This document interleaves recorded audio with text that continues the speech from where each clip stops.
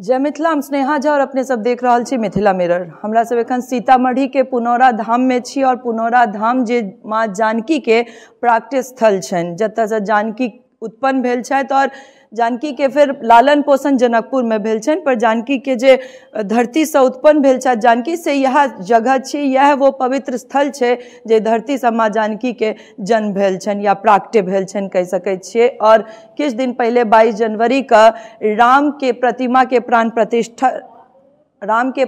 प्राण प्रतिष्ठा भेलनि और पूरा भारत जे छे, पूरा देश राम नाम में मग्न छलथि। और एखन बता सकै छी जे हमसब जानकी के जे मंदिर छनि, जानकी के मंदिर जरूर छनि एतऽ बढ़िया, जे मोटा मोटी मंदिर कह सकै छी, एकटा नॉर्मल मंदिर बनल छनि। और हमर सबके ई आशा अछि जे जहिना राम के अपन एतेक बड़का मंदिर भेटलनि हैं, एतेक बड़का घर भेटलनि हैं, तऽ हमर जानकी के सेहो अपन मंदिर ओहि रूपे भेटनि जहि रूपे राम के अपन घर भेटलनि हैं। कियाकि जतऽ राम छथि ओतऽ जानकी सतत हुनका संगे छथिन। और अगर राम पुरुषोत्तम भेलथि है तो वो केवल मात्र जानकी के संग भेला के बादे भेलथि है। मिथिला में जखन वो पाहुन बनि कऽ अयलथि तखन राम मर्यादा पुरुषोत्तम कहलथि, कियाकि जानकी हुनकर पत्नी भऽ कऽ हुनकर हर पग पर, हर ओहि जगह पर हुनकर साथ निभेलखिन। जतऽ ओ तपस्वी भेलथि, जतऽ ओ 14 वर्ष तक वन में तपस्या केलथि, ततौ जानकी सतत हुनका संगे छलखिन। तऽ जखन राम के एतेक बड़का घर भेट गेलनि तऽ जानकी के किया नहि। हमरा सब जे बाबा छथि मंदिर में हुनका से बात करब और जानब जे एहि स्थान के जे असल बात सब छै या ई सब नीक सा बतेतैथ। हमरा जतेक पता छलै ओते अहाँ सब तक जरूर पहुँचेलहुँ हैं। बाबा ई जे जगह छै तऽ कहल जाइ छै जे एक तरह से इहो भ्रांति छै जे जनकपुर मानल जाइ छनि जानकी के जगह, तऽ की बात छै? ई पुनौरा धाम ई छै असल जानकी के जन्म प्राप्त? जिस समय राजा जनक जी का राज था उस समय ये मिथिला राज से जाना जाता था। जैसे दशरथ जी के राज अयोध्या राज से जाना जाता था, लंका राज जो है लंकापति रावण के नाम से जाना जाता था, किष्किंधा राज जो है बाली के नाम से जाना जाता था। ऐसे ऐसे राज बटा हुआ था। तो उस समय नेपाल बिहार नहीं था, ये मिथिला राज था। विष्णु पुराण के अनुसार मिथिला राज की चौहद्दी है। उत्तर में हिमालय, दक्षिण में गंगा, पूरब में कोसी नदी, पश्चिम में नारायणी गंडकी नदी।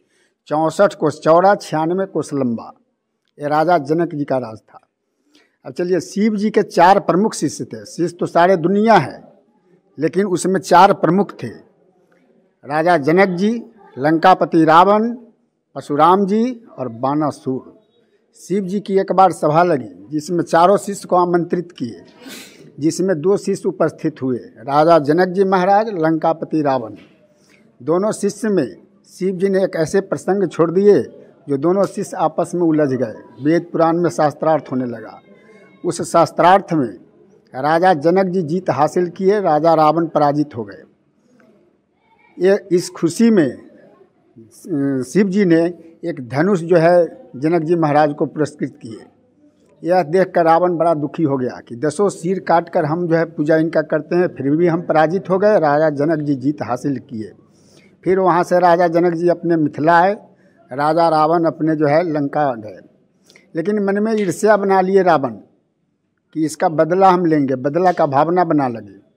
इसके बाद जो है हर राजा अपने अपने राज में कर के रूप में कुछ न कुछ लेते हैं। कुछ न्याय ढंग से लेते हैं, कुछ अन्याय ढंग से लेते हैं। जैसे उस समय राजतंत्र था, राजा बनते थे, उनके बाद उनका पुत्र बनता था, उनके बाद प्रपौत्र बनता था, यानी वंशावली चलता था। अभी प्रजातंत्र है। हम लोगों को अगर मनपसंद राजा हैं 5 वर्ष तक ठीक है, ना पसंद होंगे अगला बार पलट देंगे। तो उस समय जो है प्रजा कुछ नहीं कर सकता था। रावण अत्याचारी थे। जहाँ राम का नाम चलता है, चाहे जिस भाव में लीजिए, वहाँ रावण का भी नाम चलता है, जिस भाव से लीजिए। तो कहने का मतलब रावण हर तरह से विद्वान पंडितों में नाम उनका था, लेकिन उनके पास अभिमान ज़्यादा भर गया था कि हम शक्तिशाली हैं, सारे देवता को अपने बस में करके रखे हुए हैं, जो चाहेंगे वही करेंगे।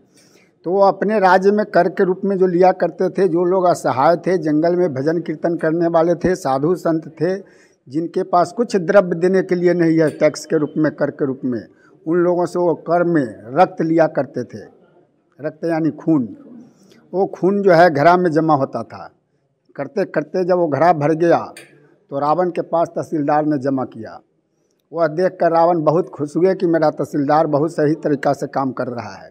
तहसीलदार ने बताया कि सरकार, ये खुश होने की बात नहीं है, ये बड़ी दुखद समाचार है। जिन साधु संतों से रक्त लिए हैं, इस घड़ा को श्रापित कर दिए हैं आंसू गिराकर कि राजा रावण इसी से विनाश हो जाएगा। राजा रावण खुद ही विद्वान था, उसने समझ गए कि साधु संतों की वाणी खाली नहीं जाएगी, ये हमें अवश्य भुगतना पड़ेगा इसको। इस पर इन्हें मन में बदला का भावना आ गया कि ऐसा मौका आ गया कि राजा जनक के राज में अगर इस घड़ा को गरबा देते हैं तो राजा जनक विनाश हो जाएगा, हम बच जाएंगे और अलग से अलग देख लेंगे। उन्होंने जगह का चुनाव किया कि मिथिला राज की चौहद्दी आपको बताए हैं लंबाई चौड़ाई, कहाँ पर इसको गरबावे। अभी वर्तमान हम लोग जानकी जन्मभूमि पुनौरा धाम पर जहाँ खड़े हैं मंदिर में, ये विष्णु पुराण के अनुसार मध्य भाग यानी बीच माना गया है मिथिला का लगभग। यह जगह जो है उस समय पुण्यारण्य वन जंगल से जाना जाता था। ये इलाका पूरा जो है पुण्यारण्य वन जंगल था। यहाँ पर जो है भजन कीर्तन करने वाले पौंडिक ऋषि इस जंगल में रहते थे। आज भी चंद्र ग्रहण लगता है, सूर्य ग्रहण लगता है, एकादशी करते हैं या परिवार में कोई भी व्रत करते हैं तो कल होकर के कुछ अन्न द्रव्य छू करके सारे परिवार ब्राह्मण को दान के रूप में देते हैं, जिसका जैसा हौसला जैसा औकात जो है भगवान दिए हुए हैं। राजा जनक जी के समय एक बार सूर्य ग्रहण लगा हुआ था। उस सूर्य ग्रहण के अवसर पर उन्होंने सोचे कि पुंडिक ऋषि पुण्यारण्य वन जंगल में भजन करते हैं, और पुण्यारण्य जंगल का मतलब हुआ पुण्य यानी पुण्य, आरण्य मीन्स जंगल वन होता है, यानी पुण्य का जंगल है, तो यही जंगल इनको हम दान दे देते हैं। ये जंगल जो है पुंडिक ऋषि को दान दे दिए हुए थे। रावण ने यहाँ पर चुनाव किया कि पुण्यारण्य वन जंगल मिथिला का जो है पुण्यारण्य पुण्य का जगह माना गया है, अगर वहाँ पर इस घड़ा को गरबा देते हैं तो वहाँ का पुण्य जो है छिन्न होगा, नाश का समय नज़दीक आ जाएगा, जनक जी जल्दी से जो है नाश में पड़ जाएंगे। ये सोचकर उन्होंने पीछे जाइएगा मंदिर के जहाँ पर सीता कुंड है, उस समय कथा के मुताबिक हम देखे हुए नहीं है, कितना बार आए होंगे गए होंगे, समतल भूमि था जहाँ पर रावण के द्वारा वो रक्त वाला घड़ा जो है गरबा दिया गया। घड़ा गरने के बाद यहाँ 12 वर्ष तक जो है बारिश होना बंद हो गया। लोग रास्ता देखने लगे, अब बारिश होगी अब बारिश होगी, देखते देखते 12 वर्ष जब समय बीत गया तो मिथिला के सारे जनता उमड़ कर राजा जनक जी के दरबार पहुँचे। और वहाँ पहुँचने के बाद राजा जनक जी से आरजू विनती की है कि सरकार इसे कोई रास्ता निकालिए ताकि हम लोग कैसे जीवित रहेंगे। यहाँ के पेड़ पौधा घास पक्षी सब जो है पानी बिना जो है मर रहा है। राजा खुद ही परेशान थे। राजा बड़े बड़े ज्योतिष विद्याओं वालों पंडितों को बुलाए और कहे कि हमारे मिथिला में क्यों नहीं बारिश हो रहा है, इसका कोई जो है आप लोग सिद्ध करके रास्ता निकालिए। उसमें बड़े बड़े पंडित अपने ज्योतिष विद्याओं के द्वारा बताए कि राजा जनक जी अगर अपने हाथों से स्वयं हल चलावेंगे तो वर्षा होने की संभावना है। राजा जनक जी कहे कि मेरा राज 64 कोस चौड़ा 96 कोस लंबा है, सिद्ध करके जगह बताइए जो कहाँ पर हम हल चलावेंगे ताकि वर्षा हो। उसमें आया कि पुण्यारण्य वन जंगल में, इस जंगल का नाम आया। उन्होंने कहा कि ये जंगल सूर्य ग्रहण के अवसर पर हमने पौंडिक ऋषि को दान दे दिए हुए हैं, वहाँ हम हल कैसे चलावेंगे, वो दान दिया हुआ भूमि है। कुछ साधु संतों ने राय दिए कि चलकर पंडित ऋषि से पूछा जाए, सलाह किया जाए क्या कहते हैं। कुछ साधु संतों के साथ जो है जनकपुर से आए, यहाँ पंडित ऋषि से मिले। मिलने के बाद जो है पंडित ऋषि कहे कि प्रजा के भलाई के लिए राजा जनक जी को जो भी करना है वो कर सकते हैं, हल स्वतंत्र है, वो हल चला सकते हैं। राजा जनक जी यहाँ से वापस गए अपने जनकपुर। उनका राजमहल बुझिए, घर बुझिए, राजधानी बुझिए जनकपुर था। वहाँ जब गए तो विष्णु पुराण के अनुसार 88,000 ऋषि मुनियों के साथ जो है हल चलाने के लिए चले। जैसे अभी हमारे यहाँ मोदी जी का प्रोग्राम हो जाए तो जिनको आमंत्रित किया जाएगा वो तो ऐबे करेंगे, बिना आमंत्रित के लोग भी आ जाएंगे। तो राजा जनक जी हल चलाने जब चले तो उनके साथ जो है 88,000 ऋषि मुनि साथ लग गए। वो 88,000 ऋषि मुनियों का जो है रुकने का, विश्राम करने का तो जगह बनाना इन्हीं का काम है। एक बाज़ार में मंदिर है जानकी स्थान के नाम से, जहाँ पर उन्होंने घास फूस के घर बनाए। मिथिला में हम लोग घास फूस के घर को मड़ई बोलते हैं, झोपड़ी बोलते हैं, उस यानी रात्रि विश्राम के लिए। यहाँ से 6 किलोमीटर उत्तर दिशा में एक हलेश्वर स्थान है जिसका पूर्व नाम था बैरिया, चूँकि बैर का जंगल वहाँ ज़्यादा था। वहाँ पर उन्होंने जाकर हल चलाने से पहले हलेष्टि यज्ञ किए और महादेव जी की शिवलिंग स्थापना करके वहीं से हल चलाना शुरू किए। पीछे आप कुंड जो देखिएगा, कुंड के नज़दीक जब आए हल चलाते हुए तो रावण के द्वारा जो घड़ा गाड़ा गया था वो हल से टकराने पर वो फूटा। उसमें से अष्टसखी 8 लड़की के रूप में सिंहासन सहित दिव्य रूप में प्रकट हुई। ये देखकर राजा जनक जी ने, ये दीवार पर जो लिखा हुआ है, भई प्रकट कुमारी भूमिधारी जनहितकारी, ये स्तुति करने पर उसमें से 7 विलुप्त हो गई, धरती में दब गई और मध्य भाग की बालिका बच्ची रूप में रोने लगी। राजा जनक जी उसे गोद उठा लिए और पौंड्रिक ऋषि के गोद में डाल दिए। उन्होंने सोचे कि ये भूमि दान दिया हुआ है, यहाँ जो कुछ मिला ये पौंड्रिक ऋषि का हुआ, चूँकि ये जमीन के अधिकारी वो हैं। पौंड्रिक ऋषि ने कहे कि इसका पालन पोषण हम कर नहीं पाएंगे और कर भी लेंगे तो भविष्य में कलंकित हो जाएंगे। आप राजा हैं, आपका काम है असहाय को मदद करना, आप इसे पुत्री के रूप में स्वीकार कीजिए। जनक पुत्री जानकी नाम रख करके उनके गोद में डाल दिए जनक जी महाराज को। उस समय से वर्षा होने लगा, देवता लोग फूलों का वर्षा करने लगे।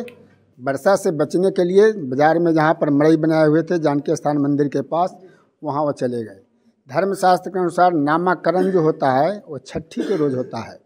अभी के युग में, कलयुग का समय जो है, अभी हमें पता चल जाए कि घर में बच्चा है तो सारे परिवार को नाम आना शुरू हो जाएगा। बच्चा होगा तो राम रखेंगे, श्याम रखेंगे, बच्ची होगा तो ये रखेंगे।